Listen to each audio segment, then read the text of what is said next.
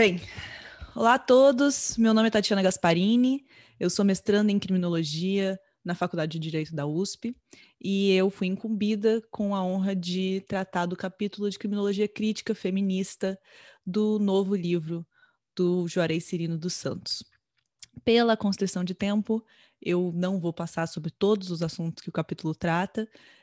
Diria para as pessoas que leiam o capítulo, leiam o livro inteiro, e também não vou tratar especificamente sobre as correntes criminológicas que eu vou citar, porque vocês já tiveram excelentes aulas anteriores que cobriram as escolas criminológicas, então se vocês tiverem alguma dúvida, voltem nas aulas, também leiam os capítulos do livro que tratam das escolas criminológicas, para vocês poderem entender melhor essa aula. Bem, começo dizendo que a representação das mulheres na maior parte dos estudos sobre o crime historicamente tem sido insatisfatória. E quais são as razões para essa insatisfação? Eu vou tratar aqui de alguns grandes problemas encontrados no estudo de gênero anteriores à criminologia, à teoria crítica, para depois chegar no debate da teoria crítica e da criminologia feminista. Bem, a primeira armadilha de tratar o estudo de gênero é não considerar o gênero.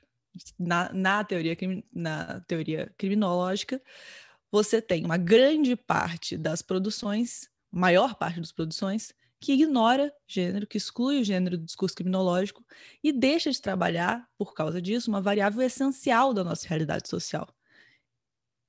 Mesmo sem querer, esses estudos vão acabar exprimindo uma subordinação ideológica à estrutura patriarcal do capitalismo, porque se você não trata gênero, você naturaliza o gênero. Então essa é a primeira grande armadilha. Entrando aí de verdade na literatura que trabalha gênero, a segunda grande armadilha é trabalhar gênero com noções estereotipadas do que seria a mulher e do que seria o homem. Como afirma Juni Cirino, a perspectiva crítica quanto aos estereótipos de gênero é o ponto comum dos estudos criminológicos tradicionais. A maior parte dos estudos criminológicos vai tratar gênero a partir desses estereótipos acríticos. Essa noção, essa forma de trabalhar foi inaugurada pela escola positivista e é muito comum porque é uma tentação muito grande tomar o crime como um dado natural e pensar nas suas causas a partir de hipóteses também sem mediações. Então, são duas grandes tentações. Tomar o crime como dado natural e pensar nas causas sem mediação. Então, pensar no crime a partir de coisas imediatamente observáveis, da força física, da capacidade intelectual, da existência ou não de determinado costume, sem pensar por que essas características existiriam e por que elas foram mobilizadas. Bem, várias explicações psicológicas, como, por exemplo, uma suposta superioridade moral da mulher, biológicas, por vezes combinadas, psicológicas, biológicas e sociais, várias explicações dessas foram mobilizadas para explicar essas assunções básicas sobre o comportamento dos diferentes gêneros. Mas o que todos esses estudos têm em comum é a delineação de diferenças fundamentais entre homens e mulheres que explicaria a relação entre crime e gênero. Bem, a natureza feminina ela vai ser definida a partir desses estereótipos, em geral, em termos positivos e negativos ao mesmo tempo. Eu vou pegar o Lombroso como representante no estudo sobre a mulher delinquente dele, de 1900. Ele vai descrever as mulheres como menos sensíveis à dor, com menos compaixão, vingativas e ciumentas, também fofoqueiras, mas vai dizer que isso é compensado pelo fato de que as mulheres têm outras qualidades, como piedade, o instinto de maternidade, e também são, coitadas, mais fracas, menos inteligentes, são como crianças grandes. Para pensar nesse estereótipo de natureza feminina, eu gosto de falar da figura da Capitu, que mostra muito claramente essa dinâmica de características positivas e negativas do estereótipo da mulher, com seus olhos de cigana oblíqua e dissimulada. A Capitu, ao mesmo tempo, ela, para o eu lírico, Bentinho, ela é uma fonte de grande interesse, de grande fascinação, e, ao mesmo tempo, é um perigo. Ele não sabe se ele consegue controlar a Capitu. Bem, para o Lombroso, essa natureza feminina que eu acabei de descrever, ele entende que a maior parte das mulheres, elas não são criminosas natas, elas têm essa natureza, e aí elas vão ser criminosas ocasionais, trazidas para o crime por homens ou por tentações, por causa, né, da menor inteligência. Mas, para ele, as delinquentes natas, e daí por isso que eu trouxe o exemplo dele, porque ele deixa essa dualidade muito clara, as delinquentes natas não têm a capacidade de afeição maternal. Elas são extremamente masculinas, e elas têm, portanto, um comportamento antinatural, porque a afeição maternal é o grande papel social de gênero das mulheres. Isso vai dar ensejo, essa noção do papel social feminino como natureza feminina e a sua negação como antinatural, vai dar ensejo um argumento de controle social muito forte, que vai perpassar teorias que trabalham com essa armadilha durante todo o século XX.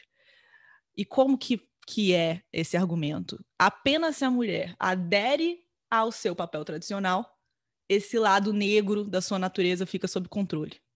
Então, a partir de um discurso médico, jurídico, o papel de gênero vai estabelecer um padrão de normalidade do que a mulher deve ser, e ao seu desvio vai se impor o controle social. Esse controle social vai ser a partir informal e formal, a partir da família, a partir da igreja, a partir da escola, quando as mulheres passam aí para a escola, e formal também, principalmente a partir das ciências médicas e da psicologia com controle psiquiátrico, mas também, depois de determinado tempo, com o controle social penal, cuja emergência no Brasil foi fortemente ligada à Igreja Católica. Não por acaso. Bem, mas aí você pode estar pensando, eu jamais cairia nessa armadilha, eu considero mulheres pessoas inteiras, eu não faria isso. Bem, tem uma segunda armadilha importante que eu tenho que falar. Tem muitas análises contemporâneas que buscaram desafiar a naturalidade dos papéis de gênero, notadamente a análise do feminismo liberal, para cair no mesmo problema de forma contrária. Trago aqui o trabalho da Freda Adler, de 1975, Sisters in Crime, que argumenta que o movimento feminista teve um impacto importante tanto no crime feminino quanto no seu tratamento pelo sistema de justiça criminal. E aí ele vai buscar conectar o aumento da criminalidade feminina com o aumento da assertividade das mulheres. Bem, quais são as questões que esse tipo de abordagem traz? A primeira questão é, como que você mede a emancipação de gênero? A Adler vai insinuar que a liberação feminina está numa determinada masculinização do comportamento, na participação da mulher na violência física, na agressão, no aprendizado da mulher de como se comportar no mundo masculino. E daí, por isso, a assertividade é trazida por ela, porque a assertividade é uma característica tradicionalmente atribuída aos homens. Mas essa abordagem ela vai ignorar a questão subjacente. Por que os homens e as mulheres que estão performando esses papéis masculinos vão se envolver em crimes? O que significa para o papel tradicionalmente masculino esse envolvimento no crime e como esse papel se desenvolveu e evoluiu? Então, ao excluir as determinações estruturais e ao tratar do movimento feminista de forma isolada, ela vai ser incapaz de desafiar o estereótipo que naturaliza e diferencia o gênero e vai cair no mesmo problema do Lombroso. Se o Lombroso fala, a mulher criminosa nata é uma mulher masculinizada, e isso tem que ser controlado, a Adler vai dizer, sim, é masculinizada, mas isso é índice de liberação. E ambas as abordagens vão deixar de tratar, bem, por que esses papéis existem? Por que determinada característica é dada a cada papel?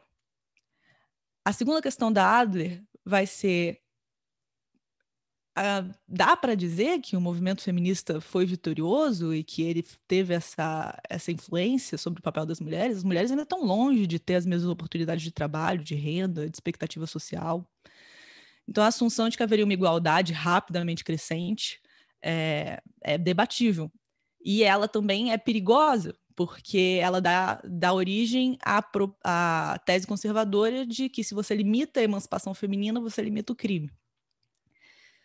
Também deixa de pensar de forma crítica a presença feminina do crime, não como mulher emancipada, mas de mulheres marginalizadas, com delitos de pequeno furto, de fraude, de tráfico, de prostituição. A presença das mulheres do crime não é índice de emancipação. Bem, tratadas essas armadilhas, eu vou chegar propriamente à teoria crítica, que vai ser a única capaz de responder adequadamente à questão de gênero por causa do seu método de análise materialista histórica. Esse método ele vai identificar os condicionamentos primários do comportamento humano como os determinados pela estrutura social e pelas formas institucionais e políticas do controle social.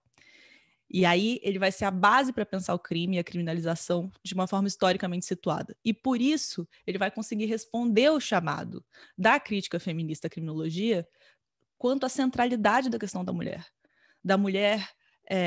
da violência do poder punitivo, que é fundado principalmente no controle social privado, e daí a diferença do controle social majoritariamente público dos homens, a mediatização da reação pública em crimes praticados por mulheres ou contra elas. Então, o estupro, como a gente consegue já hoje tratar como senso comum, o estupro é extremamente comum. Tem estudos que falam que 1 em cada 5 mulheres foi vítima de estupro, mas mesmo assim, toda vez que um crime de estupro vai para a mídia, isso é tratado de uma forma extremamente caricata. Por quê? Isso é uma questão de gênero que pode ser tratada na criminologia. E aí a crítica feminista ela vai trazer de forma convergente ao método da criminologia crítica que o gênero é intrínseco à estrutura social. Ele é um produto histórico, cultural e socialmente condicionado de diferenciação biológica, sexual e reprodutiva. Então, diferenciação biológica mostra que existe uma história da construção dos sexos. Existe uma história que é bem interessante. Por exemplo, durante boa parte da prática médica, o sexo feminino foi considerado contrário ao sexo masculino. Então, se homens tinham um pênis, a mulher tinha um pênis invertido. Se homens tinham um testículo, o ovário seria o testículo invertido. Uma forma ótima de trabalhar a medicina. Bem, a diferenciação reprodutiva. Se você pega a política reprodutiva do Brasil no século XIX, no fim do século XIX, a média das mulheres que as mulheres davam à luz era de 12 a 14 anos. Média quer dizer que tinha mulheres que davam luz aos 9 anos, mulheres, né? Crianças e adolescentes que davam luz aos 9 anos. E aí também já chegamos numa questão de política sexual. Hoje a gente tem um grande debate sobre a pedofilia ser anormal, um índice de patologia, mas há um pouco mais de um século atrás, a pedofilia era prática comum dos homens. Isso tudo vai ser tratado dentro da teoria feminista como intrínseco ao conceito de gênero e à sua historicidade. Bem, a partir disso, a teoria feminista vai conseguir tratar o direito, trazer as questões de como o direito, ao conformar a estrutura socioeconômica, ele vai reproduzir a desigualdade de gênero em conjunto com a desigualdade de classe. Então, o Pascanes já ensina, o direito é lei do modo de produção. Ele vai instituir e legitimar a ordem capitalista, mas ele institui e legitima a ordem capitalista e a ideologia patriarcal, e todas as outras ideologias da ordem capitalista. Ele elabora e aplica normas penais que garantem a classe e o gênero. E aí eu volto aos estereótipos que eu trouxe no início. O direito vai ter esse papel. Ele vai elaborar e aplicar as leis levadas às mulheres, supondo um arquétipo feminino homogêneo a partir desses estereótipos, que vai variar somente para a posição de vítima ou de autora do fato. E aí o direito vai naturalizar as características de gênero e vai consolidar a desigualdade da mulher a partir da aplicação desses estereótipos. E aí, assim, só para vocês terem uma noção, um exemplo, podemos falar sobre a licença paternidade. Se o papel social masculino não é o papel de paternidade, se é a mulher que fica com o papel da maternidade, de cuidar da reprodução dos filhos, então uma licença paternidade de 5 dias é suficiente. E isso vai ser a cristalização no direito desse papel social. O direito, a crítica feminista também vai trazer a seletividade do direito penal específica para a mulher. O direito penal, ele só tem o caráter de proteção à mulher se ela atende ao estereótipo feminino. Porque o objetivo do direito penal Não é a proteção da dignidade da pessoa humana, é a proteção da moralidade sexual e da subordinação pessoal feminina. Então, se a mulher vítima de crime vítima de estupro, por exemplo, vai para a delegacia e fala sobre o crime cometido contra ela, a primeira questão é, mas como que você estava se comportando? E daí vem a investigação opressiva da mulher e a teorização da vitimização dupla da Vera Perina de Andrade e da Carol Smart. E também para a mulher que comete o crime, que se for considerada uma mãe ruim, por exemplo, comumente vai ter uma pena mais alta do que uma mulher que cometeu um crime, mas estava cumprindo o seu papel social. Essas justas críticas ao direito trazidas pela teoria feminista, elas complementam as constatações já consolidadas na criminologia crítica. O direito não consegue satisfazer a demanda de emancipação, porque é instrumento de dominação brutal. Ele vai reforçar as estratégias de dominação do capitalismo e do patriarcado inerente ao sistema capitalista, e ele reproduz as desigualdades de classe, raça e gênero, porque é instrumento de poder das classes sociais hegemônicas. A partir dessa constatação da criminologia crítica, Kalahari vai poder dizer: não dá para utilizar o direito penal simbolicamente. Aliás, dá, mas você não consegue reduzir a opressão das mulheres fazendo isso. Eu posso dar o exemplo, eu não comentei, mas eu trabalho numa vara de violência doméstica, e as pessoas, os clientes da Lei Maria da Penha, são mulheres e homens pobres e negros. Porque as pessoas ricas, elas têm acesso a outras formas de lidar com a violência de gênero. Elas vão pagar um psicólogo, elas vão ter apoio material da família. Então, elas não precisam recorrer à utilização do direito penal. Já a mulher pobre, se ela quer se libertar de uma situação de violência de gênero, se ela quer acesso a um psicólogo, por exemplo, ela vai pedir medida protetiva e falar: pelo amor de Deus, me manda para um psicólogo. E a gente faz isso, mas o preço é que a mulher entrou no sistema de justiça criminal.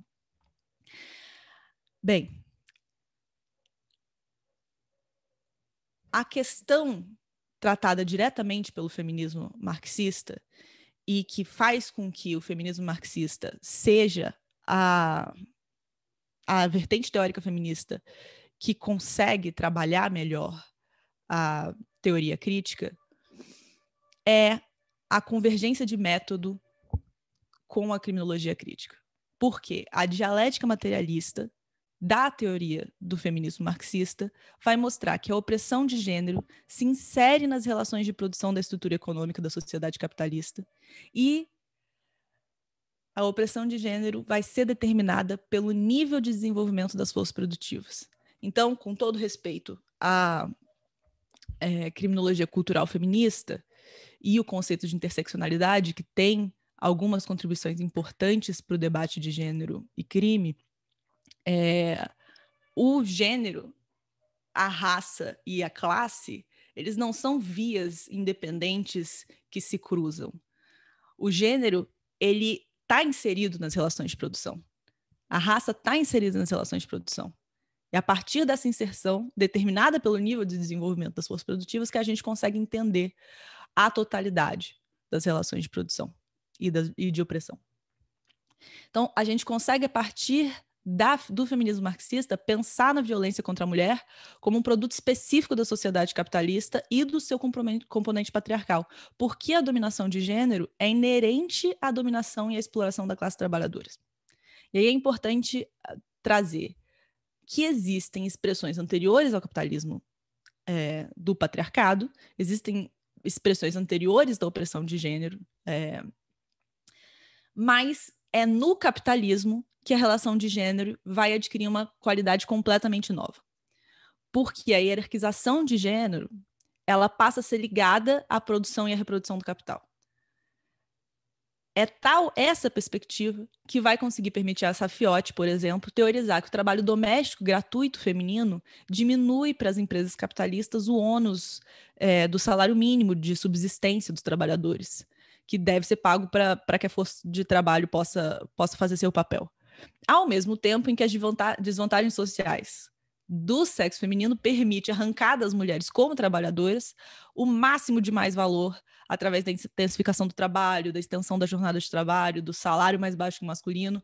Então, a opressão de gênero permite ao capital ganhar dos dois lados.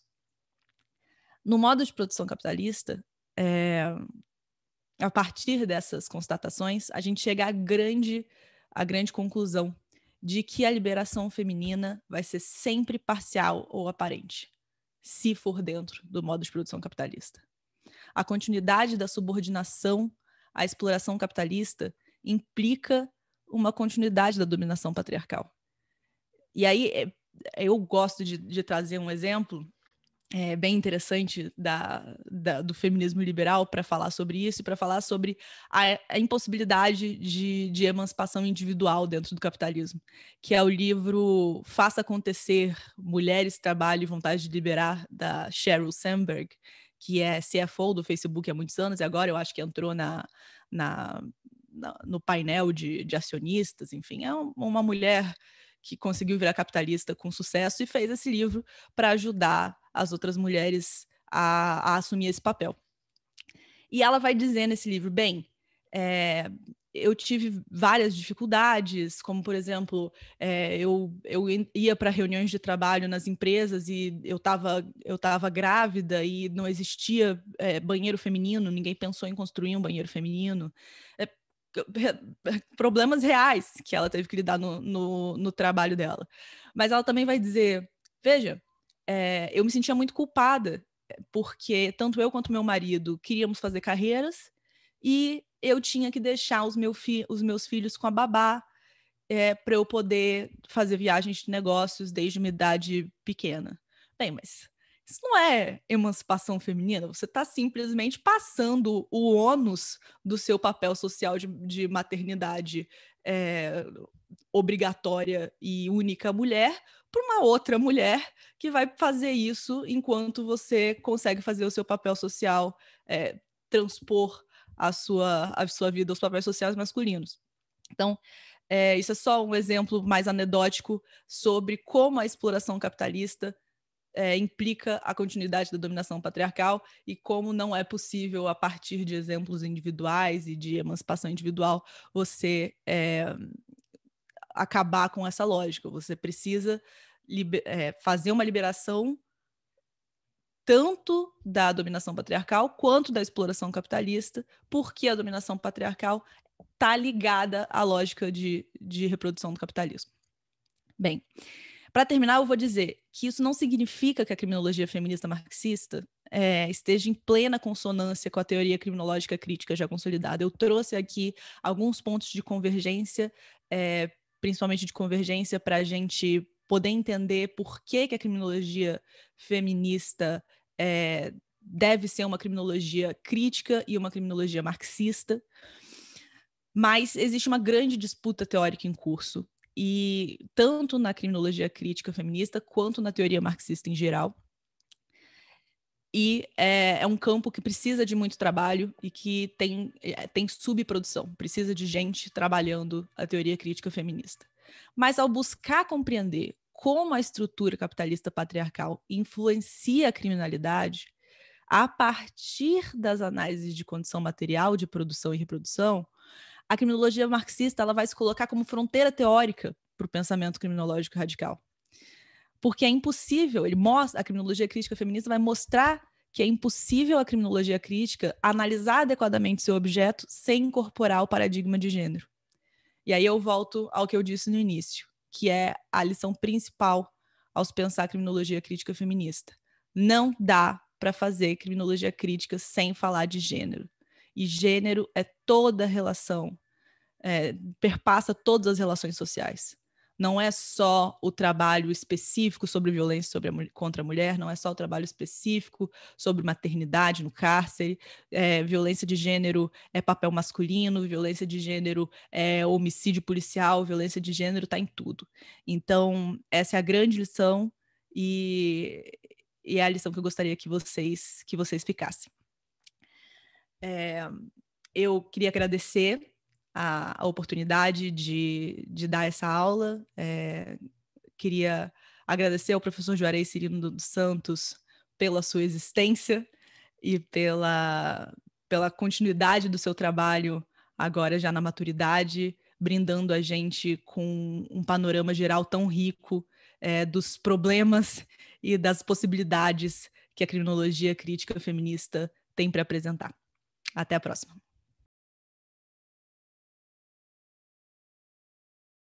Olá, o meu nome é André Jaberardino. Eu queria deixar aqui minha homenagem ao professor Juarez Serino dos Santos por ocasião desse belo curso do lançamento do seu novo livro.